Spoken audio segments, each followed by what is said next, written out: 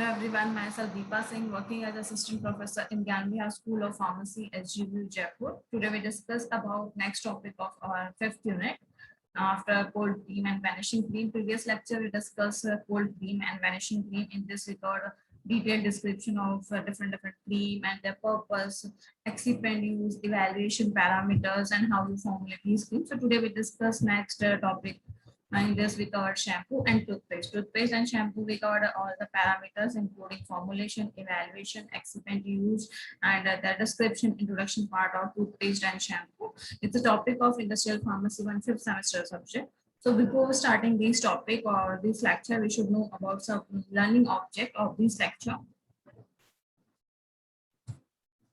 So these are the learning object. In this learning object, first is brief introduction about the shampoo and toothpaste. Means what is the shampoo, what is the toothpaste, which type of dosage form or how you apply, or complete introduction about this shampoo and toothpaste.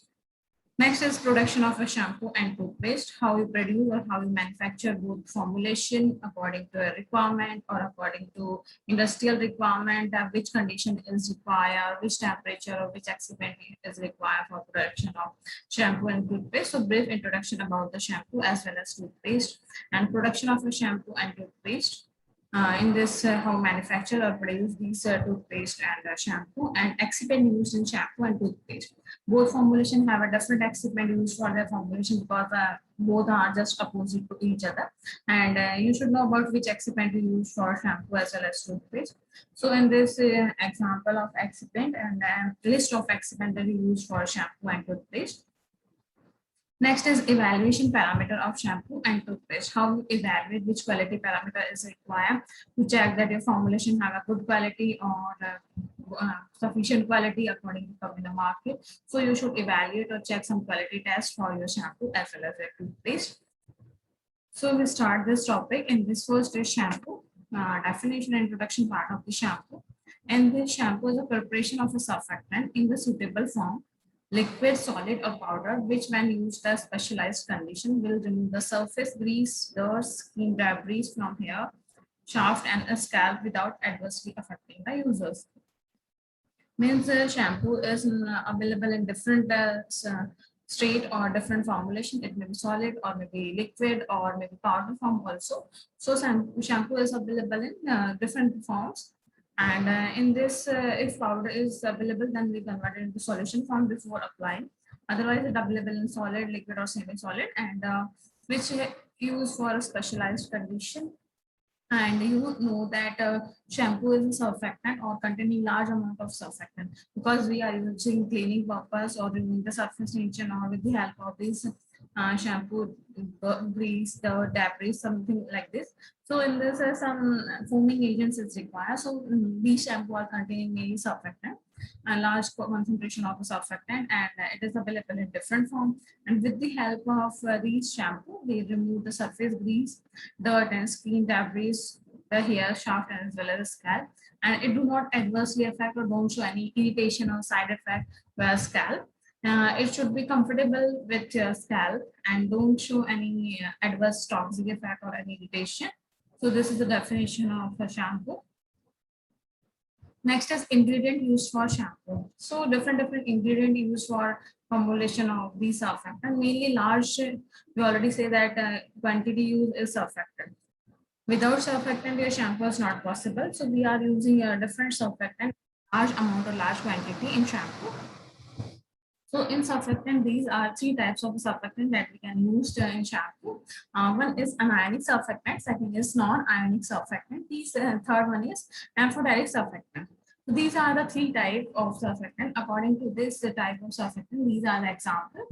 In this, first is alkyl benzene sulfonate, second is alpha olefin sulfonate, and third one is sulfur cyanonates, and the second time that is non-ionic surfactant. In this example is fatty acid alkylamide, polyalkyloxylated derivative. Third is amine oxide.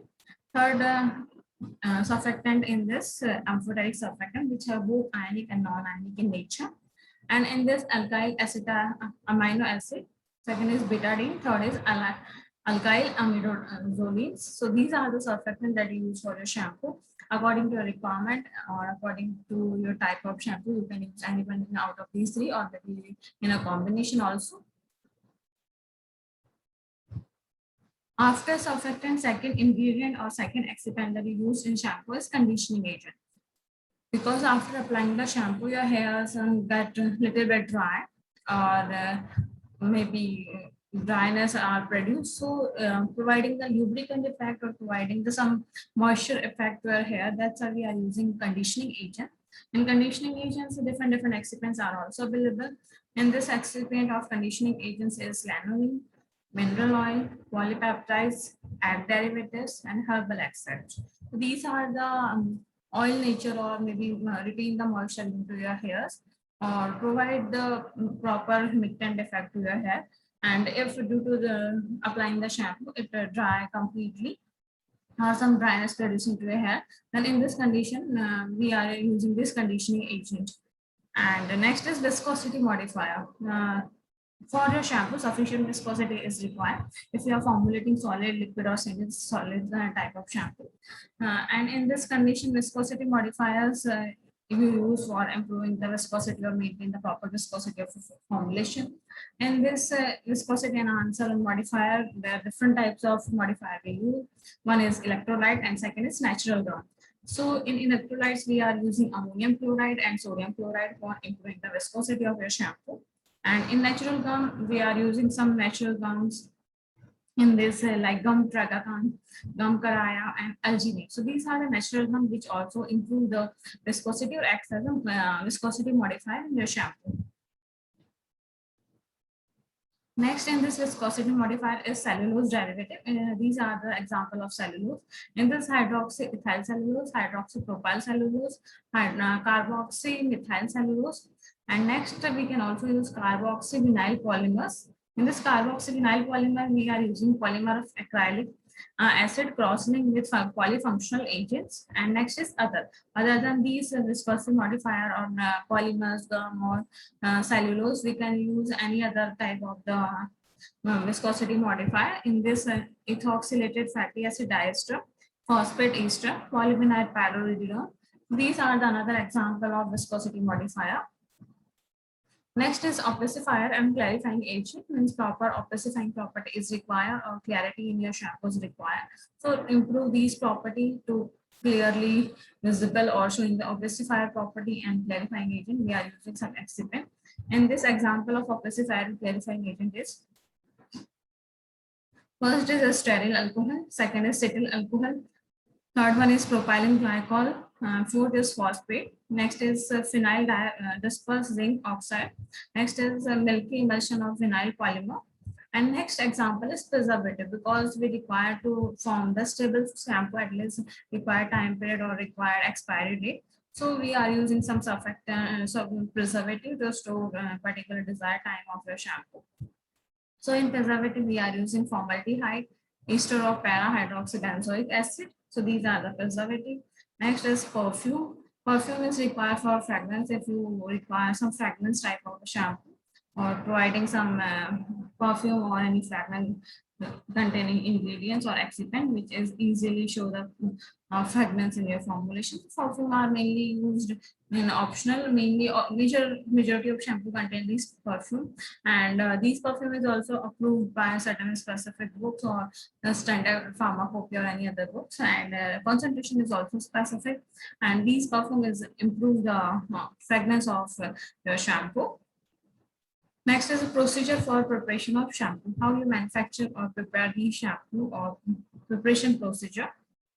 In this measure the quantity of a coconut oil, olive oil, castor oil. Take it in a round bottom flask. Means you know that what is round bottom flask.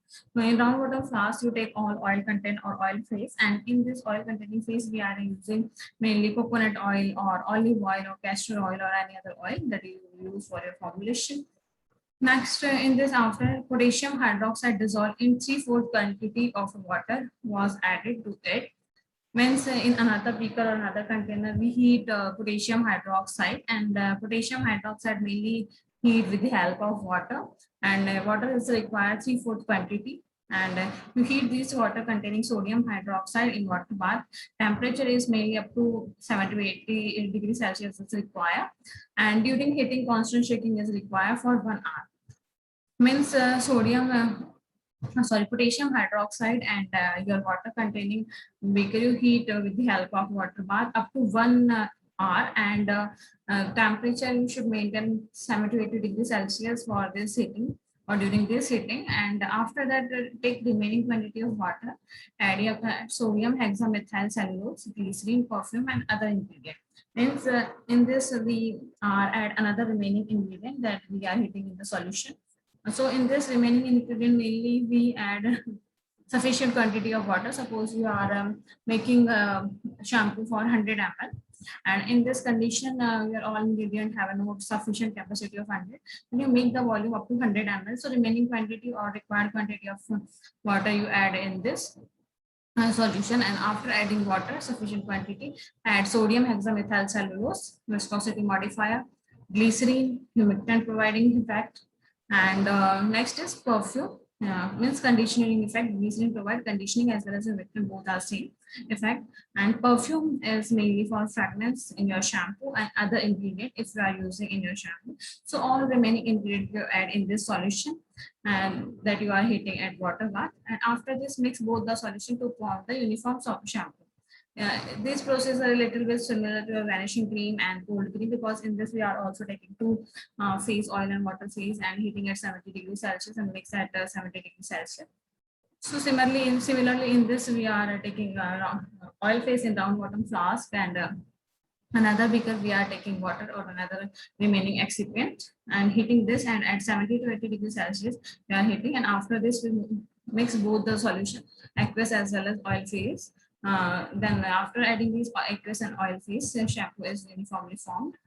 This is the procedure of shampoo. And next is the type of shampoo. According to different types, shampoo is available. Not only a single type of the shampoo is available.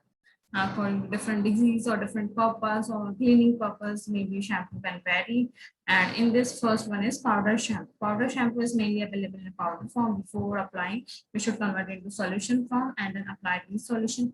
Then lotion shampoo, it is also in a lotion type or some semi-solid type, and you can easily apply or maybe require some viscosity modifying. Next is a liquid shampoo. It is available in liquid in nature, so that you can easily apply. Next is anti-dandruff shampoo. We can say that it is a medicated shampoo because it helps to remove the dandruff, or only has to use to have remove the dandruff in a particular amount. Next is conditioning shampoo. Conditioning shampoo is mainly for providing the conditioner effect to your hair if it get dry. So in this, with the help of this conditioning shampoo, it gets maybe provide humectant effect or remove the dryness to your hair and providing the conditioning effect. Next is evaluation of a shampoo. How we evaluate after formulating the shampoo. So there's different parameters. Some animal testing is also required because some shampoo may also produce sensitivity after applying. So evaluation of shampoo is there's different parameters for this testing of quality control of the shampoo. And in this first is determination of a percent of solid content. Means how much percent solid content present in your shampoo to determine in first test.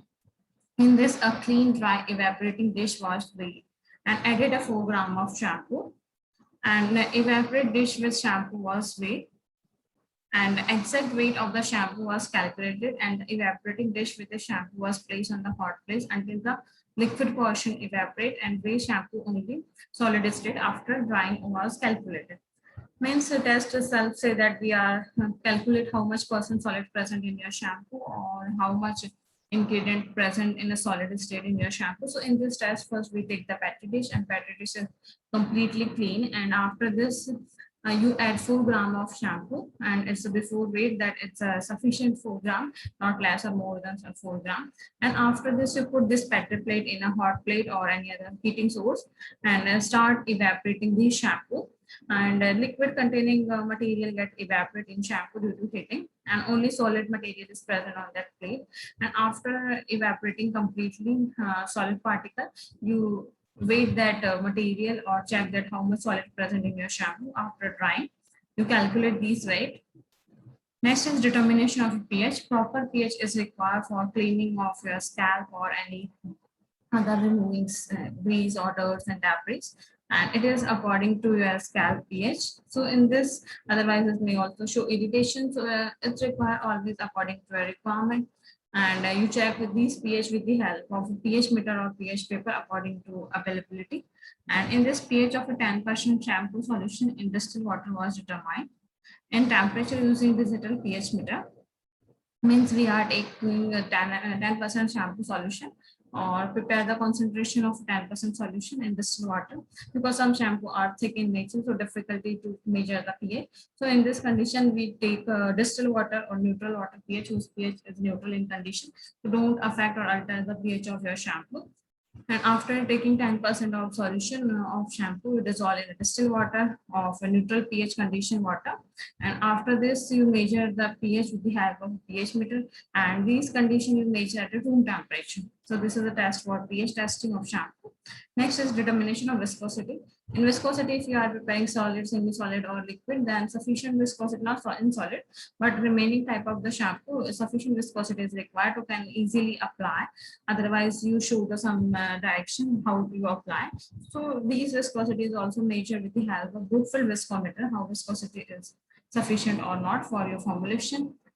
So this is determined by using a Brookfield viscometer, and in this 100 ml of shampoo taken in a beaker and spindle deeper into it about 5 minutes, and reading is taken. Means these test is very similar. In this, we taking 100 ml shampoo. For this viscosity determination, we require 100 ml shampoo. And after taking this 100 ml shampoo, you dip the spindle of Brookfield viscometer and start this Brookfield viscometer. After 5 minutes, this Brookfield viscometer gives the accurate reading of the viscosity of your shampoo. So you can easily measure the viscosity with the help of this Brookfield viscometer. Next is the foaming ability and foam stability. And so this is another test. In this, we check that how much foam is produced or how long it gets stable when you apply in your scalp. So in this test, we check concentration of foam or stability of that particular foam. In this, 50 ml of 1% shampoo solution was put into 50 ml graduated cylinder and cover the cylinder with hand and shaken for 10 minutes. Means first you prepare 1% shampoo solution. In this means 1 ml of your shampoo and 50 ml of water. Means 1% solution in 50 ml and not in 50 ml. First you prepare 1% solution. 1% solution means 1 gram in 100 ml. After taking this 1% solution or preparing 1% solution, you remove 50 ml out of this 100 ml.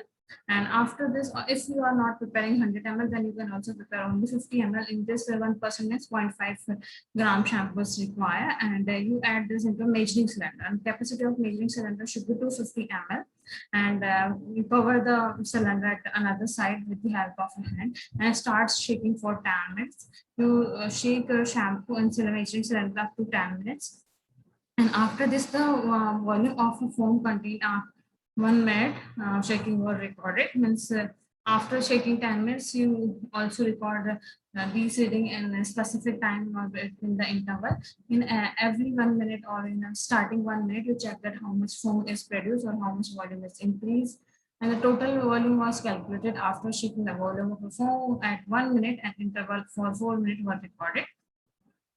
Means every first we record after 1 minute, and after every 4 minutes we record these reading for a specific period of a time or until sufficient foam is produced, and this is shaken for 10 minutes is required. And check that how much foam is produced or how much volume is increased in measuring cylinder. And after this, how much time it gets stable or maybe settle down, remove or disappear this foam.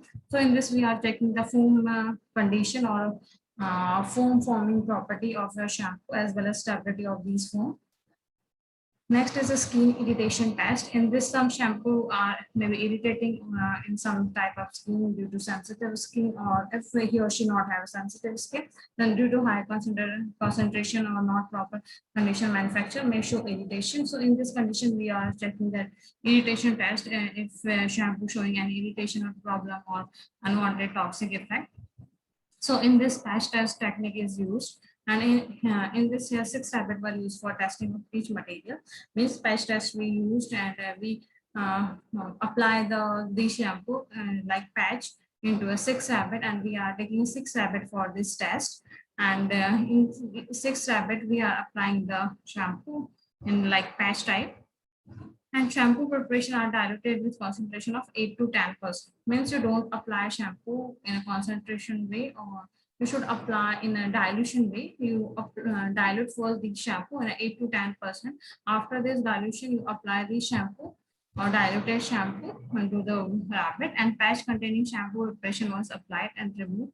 Skin sites were noted. Any changes on the surface, skin, edema, erythema, any formation. These products often classified mild, irritated, moderate, and severe type of irritation. Means we are taking a 6 rabbit, and after this we prepare the dilution solution of your shampoo. 8 to 10% dilution is required, and apply this dilution solution into the 6 rabbit in patch like at a specific area.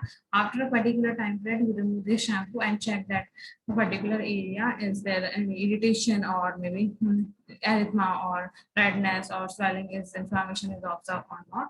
And according to this, you measure that irritancy. Maybe it's a mild or irritant, or moderate or severe irritant. So this is a skin irritation test for shampoo. Next is a cleaning action. Means how much dirt, debris or grease is removed by the shampoo, or how much clean properties provided by shampoo. Check in this test. In this, 5 gram of wool yarn were placed in grease. After that, was placed 200 ml of water containing 1 gram of a shampoo in flask. And in this, temperature was maintained 35 degrees Celsius, means almost according to body temperature. This you take 1 gram of shampoo in 200 ml of water, and in this we are adding 5 gram of wool yarn containing grease, and shake this and maintain the 35 degrees Celsius. The flask was shake for 4 minutes at a rate of 50 times a minute. Means you shake at least for 4 minutes, and in every minute 50 times the shaking is required, and solution was removed and sample was taken. Try and weigh, calculate the amount of this removed. After this, you remove the sample, or the sample was taken out, and try this sample and weigh this, and how much weight is removed to check that particular amount of gram of weight that removed grease material. Next is dirt dispersion. In this, 2 drops of shampoo are added in large test tube containing 10 ml of distilled water, and 1 drop of ink was added. The test tube was stopped and shaken for 10 minutes, and the amount of ink in the foam was estimated as none, light, and moderate or heavy.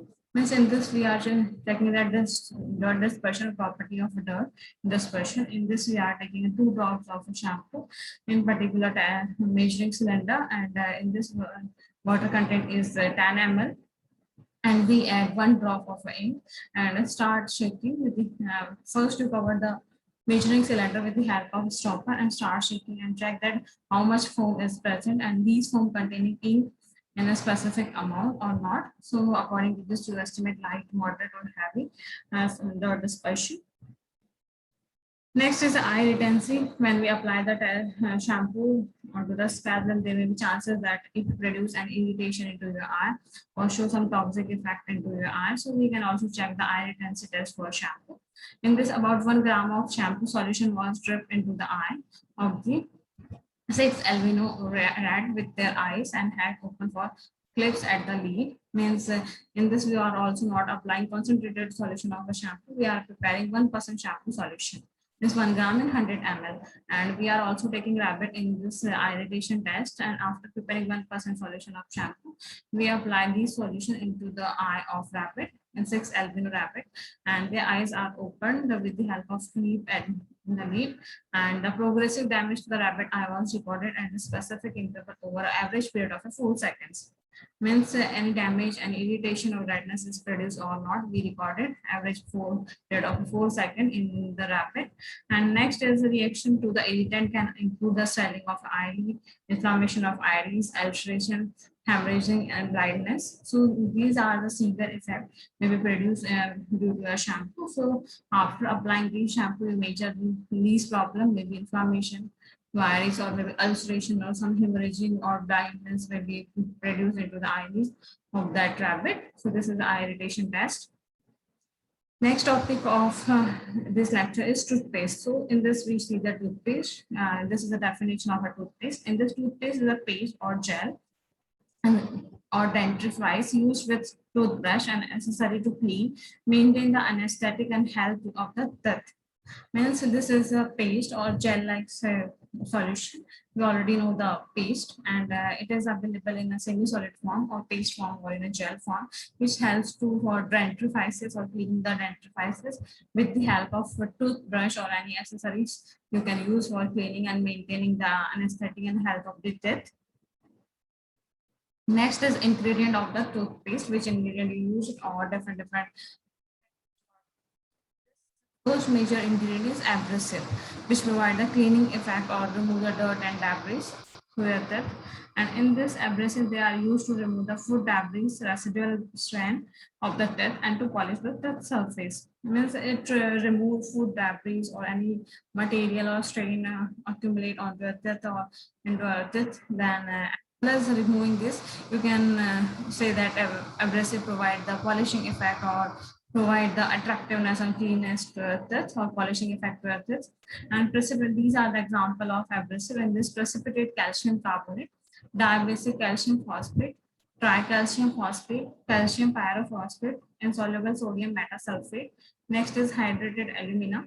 Next is anhydrous diabasic calcium phosphate. These are the ingredient or abrasive we can use in the toothpaste or manufacturing of the toothpaste. These are good quality you can use in a single or maybe in a combination for providing the polishing effect or removing debris, food or any strand to it. Next is detergent and foaming material. Somewhat a little amount of foam is also present in your toothpaste. You know that, not in large amount, but some little bit foaming effect is also required for this toothpaste. Or in this, we are using some another ingredient which produces the foam or then providing the detergent effect to your teeth. In this, they are used in toothpaste for their cleansing action. Means these foam helps to remove the clean your teeth or remove the material or providing the cleaning property to your teeth. And these material low surface tension, they were promoting penetration of the paste, helps in removal of the deposit and debris. Means these materials should have a lower surface tension property, and due to this lower surface tension property, it promotes the penetration of a paste and helps removal of deposit and debris. And in this example is sodium lauryl sulfate, magnesium lauryl sulfate, sodium lauryl sulfonamate, sodium lauryl sulfoxetate, decoyl sodium sulfosuccinate, monoglyceride, sulfates, sulfonate. So these are the example external foaming or detergent type of the material. Next is humectant. Humectant is also provide sufficient moisture after applying, and in this humectant in the toothpaste are used to prevent the drying out, and they are also impart some plasticity to your teeth. Means providing some plasticity or some humectant to your teeth as well as maintain the proper moisture into your toothpaste. There may be chances that during storage your toothpaste get dry and form the solid material. So in this condition, to maintain the proper property of a toothpaste as well as providing a polishing and humectant effect of your teeth. So in this condition, we are using humectant. In this example, humectant is glycerin, propylene glycol, sorbitol solution. So these are the example of humectant. Next is a binding agent. Binding agent is also used for in a toothpaste for proper binding of your excipient or your material. In this next is binder. In this binder, agent disperse, spell and absorb water to form a viscous liquid phase. Means you are using such type of binding agent which can easily dispose in your toothpaste and get swell and absorb a sufficient amount of water. And after this, it forms the viscous material, proper viscous liquid phase. And in this, we are using certain gums or natural gums. In natural gum example is gum arabica and gum tragacan. In this cellulose derivative, carboxymethyl cellulose, sodium carboxycellulose, and hydroxycellulose. So these are the cellulose we can also use in toothpaste as a binder. Next is starch, ether, and synthetic resins. These are also example of a binder in toothpaste. So binder is mainly used to form the sufficient toothpaste or maintain the viscosity of your liquid and helps to bind up or hold the all ingredient present in your toothpaste. In this, we are using different natural gums or cellulose, starch, ether, synthetic resin for as a binder. Next is sweetening agent and flavoring agent. We are applying to your mouth or into the tooth. So there may be, if it's a bad smell or bad taste, it is difficult to use. So then we can modify this property with the help of some sweetening and flavoring agent. So we are using some flavoring and sweetening agent in toothpaste also. And sweetening and flavoring agent, these are the most important ingredient in toothpaste as they have a great influence on the acceptance of the product. So this is, we can say, that most important ingredient or excipient according to a toothpaste. According to their flavor or sweetening property, consumer can accept or select that particular toothpaste. So it is a very important excipient for acceptance purpose, and we can say that for good toothpaste. And in this, different ingredients are used. An example of the sweetening and flavoring agent is saccharin sodium. Concentration of saccharin sodium is 0.05 to 3.3%. Next is a chloroform, peppermint, spearmint, coriander, caraway, anise, and eucalyptus. So these are the mainly flavoring and sweetening agent for your toothpaste. These are all are good, and maybe some flavor are also available in the market, or maybe all flavors toothpaste are available in the market. So if it's a good flavor, good sweetening agent, then its acceptance of consumer property is also high. Next is a minor ingredient. After all ingredients in first to five, there's some remaining ingredient which may be used or not used, or maybe not required in a sufficient amount, act as a minor ingredient. So in this minor ingredient, example is titanium dioxide, pH regulator, cellulose ether, and keratin. So these are the example, maybe providing some coloring effect or coloring toothpaste or pH regulation property or regulate the proper pH according to the or cleaning property. So these are the minor ingredients you can also use in your toothpaste. After this, procedure of preparation method of toothpaste. In this, take half quantity of water, tragacan powder, and heat in a water bath. To get a gel, means first to prepare the gel. In this, for preparing the gel, we are taking water and gum. In this tragacan powder we are using, and heat this tragacan powder until get complete dissolve and convert it into gel. And after this remaining quantity of water, add glycerin, sodium lauryl sulfate, preservative, and mix thoroughly to get a clear solution. Means after complete dissolving of these tragacan, to add remaining ingredient or maintain the remaining water quantity. In this, add remaining water, glycerin, sodium lauryl sulfate as a preservative, and mix slowly all the ingredients until it gets from clear solution. And after that, wait for required quantity of saccharin, calcium carbonate solution mixed into the help of mortar pestle. We don't directly add it to the solution. First, we mix in a mortar pestle. In this mortar pestle, we are adding saccharin and calcium carbonate solution in a required quantity or specific quantity and mix in a mortar pestle.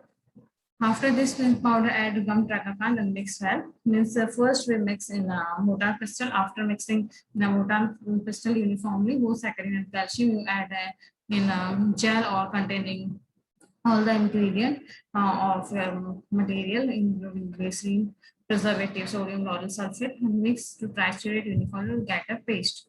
And that triturate these complete ingredient until get paste or converted into paste like material. And finally, add flavoring agent and triturate well.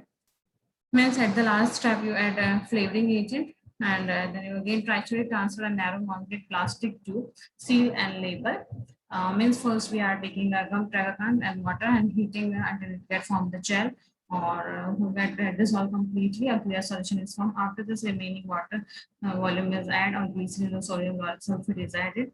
And another mortar pestle, or you can say that you use mortar pestle in saccharin and calcium carbonate to mix and triturate uniformly. After this, these gel containing material add slowly into the mortar pestle and triturate, and at point form the paste or start forming paste. After the last step, we are using flavoring agent and adding flavoring agent triturate well. After adding this flavoring agent, we packed or seal the paste into test tube or in a particular container. This is a preparation method or different toothpaste of formulation. There's a different formulation of the toothpaste is available in the market according to requirement, similar to a shampoo or maybe purpose or particular therapeutic effect, or maybe only for cleaning purpose. In this, first is anti-cavity formulation. Toothpaste offering whitening, and toothpaste for sensitivity, means for sensitivity removing or maybe cavity problem or only for whitening effect or cleaning purpose. So these are the type of different toothpaste available in the market according to your requirement.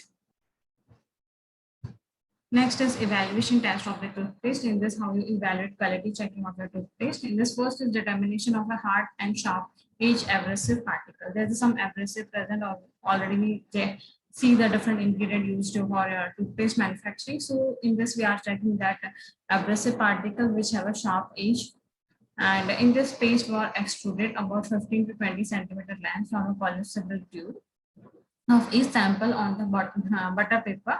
Means you remove paste with the help of some pressure applying tube, and the toothpaste is removed from particular length. In this 15 to 20 centimeter length is required to remove the toothpaste onto the butter paper. And the all sample were tested by processing it along with entire length by finger for the presence of a hard, sharp edge abrasive particle. After removing this paste for 50 to 20 centimeter on butter paper, you check with the help of finger or by the help of a hand test that any sharp edges or any particle or any abrasive material present or not in your toothpaste. Next is determination of spreadability. It have a good spreadability to easily clean or applying methods. So in this, we are checking that in how much it can easily apply or how much that your toothpaste have a spreadability. So in this one, we performed about 1 gram of each sample was weighed and placed at the center of the glass plate. Another glass plate was placed over carefully. This spreadability taste is similar to a cream taste, because we are also perform a spreadability test on cream, both vanishing and cold cream. So this is similar. In this, we can also use same glass slide for checking the spreadability, and we are taking 1 gram of toothpaste and applying this 1 gram toothpaste onto one slide and apply second slide onto over it. And above the glass slide, 2 kg weight was placed at the center of the plate, avoid sliding of the plate. Means after putting both slide or making a sandwich like the structure between these two slides, 1 gram paste is placed, and at the top of the slide we put 2 kg weight. For center of the slide we put 2 kg of weight, and the diameter of the plate paste in the centimeter was measured after 30 minutes. After putting 2 kg weight, we measure the diameter or how much paste get spread onto the slide with the help of the scale, and you measure in a centimeter after 30 minutes.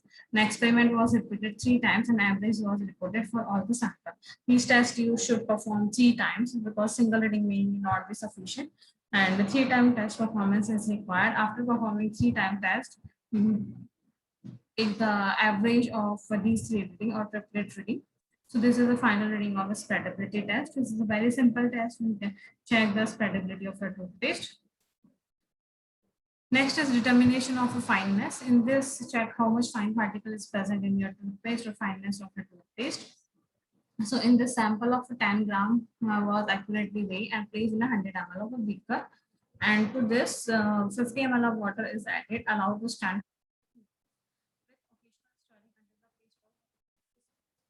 It's fine particle or fineness of a toothpaste we are checking. So in the test, we are taking 10 gram of a toothpaste, and these 10 gram of a toothpaste we add in a 100 ml of a measuring cylinder or maybe in a beaker. And in a 100 ml capacity beaker, we are adding 10 gram of a toothpaste. And in this beaker, we fill 50 ml of water. Once in 100 ml beaker, we fill up to 50 ml of water, and there's 10 gram of toothpaste is present. And after adding this water and toothpaste, we start shaking occasionally for 30 minutes until that the complete paste get dissolved. And the solution was processed through 150 micron standard sieve, and sieve was washed after with water. After washing, the residue remained on the sieve was collected and dry in oven at 105 degrees Celsius. Means after 30 minutes, when the complete paste get dissolved in your water, and after dissolving or occasional stirring, you transfer the solution into the sieve or passes to the sieve, and 150 micron standard. After this, you clean the sieve with the help of water, wash the sieve with the help of water. There are some particles may be present, or chances of some particles are still present on the sieve. And to check these particles, you dry these material with the help of oven or dry the sieve, and check that after drying how much dry material is present into the sieve. And these drying is mainly done at 105 degrees Celsius. After drying, the sample was collected carefully, and weight and fineness was calculated by using the formula. percentage by mass m into 100 divided by m, initial weight divided by final weight into 100. So this is the percentage mass, or we can say that fineness of a particle present in your toothpaste.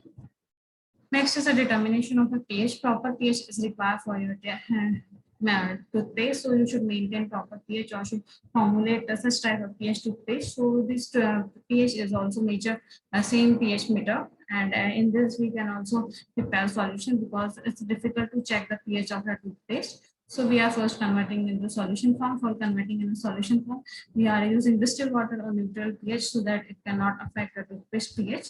In this 10 gram of my toothpaste in 150 ml beaker, add 10 ml freshly boiled cold water and stir well to make all those suspension. Means in this toothpaste don't form the solution, it may form suspension like material form the suspension. So first we can take the 10 gram of a toothpaste in 150 ml of beaker, and after this we add freshly boiled and cooled water. When we boil and cool this water, there may be chance that it form distilled water or completely bacteria is removed. It's available already in a neutral pH. So after boiling this 10 ml water or cooling this, you add into a beaker and stir well and form the suspension of your toothpaste. Determine the pH of the suspension using the pH meter. After this preparing the suspension, you can easily measure the pH of your toothpaste with the help of a pH meter. Next is determination of a foaming property. Toothpaste is also form some how of the foam. So in this we can also check the foaming property of a toothpaste. In this 5 gram of the sample, 10 ml of water was added, covered with glass, allowed to stand for 30 minutes. Hence, in this we are taking 5 gram of a toothpaste, 10 ml of water, and you stand for 30 minutes or at least half an hour and whisper toothpaste in the water. The content of the beaker was stirred and slowly was transferred to 50 ml of graduate measuring cylinder. Assure that no foam was produced, no lump went in the cylinder. Means first we just put 5 gram of shampoo in 10 ml of water in a beaker and allow to complete this first dissolve in 30 minutes. After this, you transfer in a measuring cylinder and make sure that in measuring cylinder there is a new foam on any no lumps is present, and 250 ml of graduate cylinder, and the content of cylinder was adjusted 50 ml by adding sufficient water. First, we are taking only 10 ml of water, then you add this volume or add more water, make up to 50 ml. And temperature maintained at 30 degrees Celsius, and then cylinder was stopped and shaken for 12 times. Means you cover the cylinder or stopper is applied to the back side of the cylinder, and you that shaken for 50 for 12 times, and that allowed to stand for 5 minutes. And the volume of foam was noted about all sample. Means after 12 times shaking, to stay and wait for 5 minutes and check that how much foam is increased or volume is increased. You check that foaming property may be initial Y minus final weight. And this moisture content next is somewhat moisture is present, otherwise your paste get dry. And in this sufficient moisture is required for your toothpaste, so we can check the moisture. In this 10 gram of a toothpaste was weighed and dried in the oven at 105 degrees Celsius. And then it was called.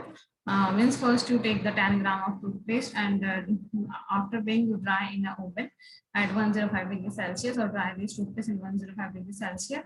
Then it was recorded, it was cold, and loss of a weight is recorded, percent moisture content by the formula. Means initial weight minus final weight. We are taking 10 gram of toothpaste. So this is the initial weight, and after drying in the oven at 105 degrees Celsius, some moisture get removed or it converted into dry state. So you can check that how much moisture is get dry or get removed from your toothpaste. So you can check that initial minus original weight, original sample weight minus dry sample weight, and divided by original sample weight into 100. So this is a moisture containing formula. After completing this lecture, toothpaste and shampoo should know about learning outcomes. In this learning outcome, brief introduction about the shampoo and toothpaste. What is the toothpaste and shampoo? You completely know about this production of a shampoo and toothpaste, procedure for manufacturing, as well as excipient used with example, toothpaste as well as shampoo.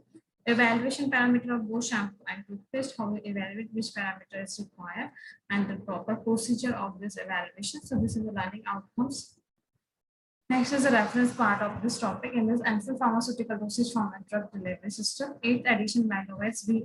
Allen, Nicholas, G. Popkovich, Hava, C. Ansel, published by VI Publication Pvt Limited. Next is Textbook of Physical Pharmaceutics by C.V.S. Subramanian, published by Bhalla Prakashan. Next reference is the theory and practice of industrial pharmacy by Leon and Lackman. Habers, Lieberman, and Joseph Alpine, third edition, published by Aggressive Publishing House. Next is the Martin Physical Pharmacy, Pharmaceutical Science, fifth edition by Patrick J. Simcoe, published by Lepoport, Bain and Vehicle. Next, after this reference question part, in first question, what is the best toothpaste to use while you brush? A is a fluoride toothpaste, B is whitening toothpaste, D is desensitizing toothpaste, and last one is both whitening toothpaste and desensitizing toothpaste. In second question, how much toothpaste should we put on the toothbrush? A is the right size about a pea size amount, and you should cover all the brush, bristle, and pin size. What does fluoride to the toothpaste do for teeth? A is a strengthen the teeth, B is a whiten the teeth, C is prevent the tooth decay, and D is a strengthen the tooth and prevent the tooth decay. In fourth question, under the ideal gas law, which of the following is not a correct assumption? A is a molecule occupy an invisible volume. B is a gas volume are insensitive to change in a pressure. C is no energy is lost when molecule is colloid. D is a force between the molecules are insufficient. Which of the property measure the resistance of a liquid in flow? A is density, B is viscosity, C is volume, and D is solubility. In sixth question, acrylic polymer are also known as A is ethyl cellulose, B is turgid, C is hydroxycellulose, and D is carbopol. In seventh question, which of the following excipient may be used and limit the presence of microorganisms in liquid formulation? A is purified water, B is sodium lauryl sulfate, C is benzophenone chloride, and D is ascorbic acid. In eighth question, what is the role of xanthan within some liquid formulation? Is regulate pH, B is control viscosity, enhance solubility, and is enhance stability. In ninth question, which of the following polyols used in humectant? A is glycerin, B is propylene glycol, C is sorbitol, D is all-mentioned. And in 10th question, most widely used flavoring agent in food industry is menthol, B is chloroform, C is monosodium glutamate, D is none. These are the 10 questions related to today's topic. You can easily answer these questions. So thank you so much for watching and listening this video. Thank you everyone.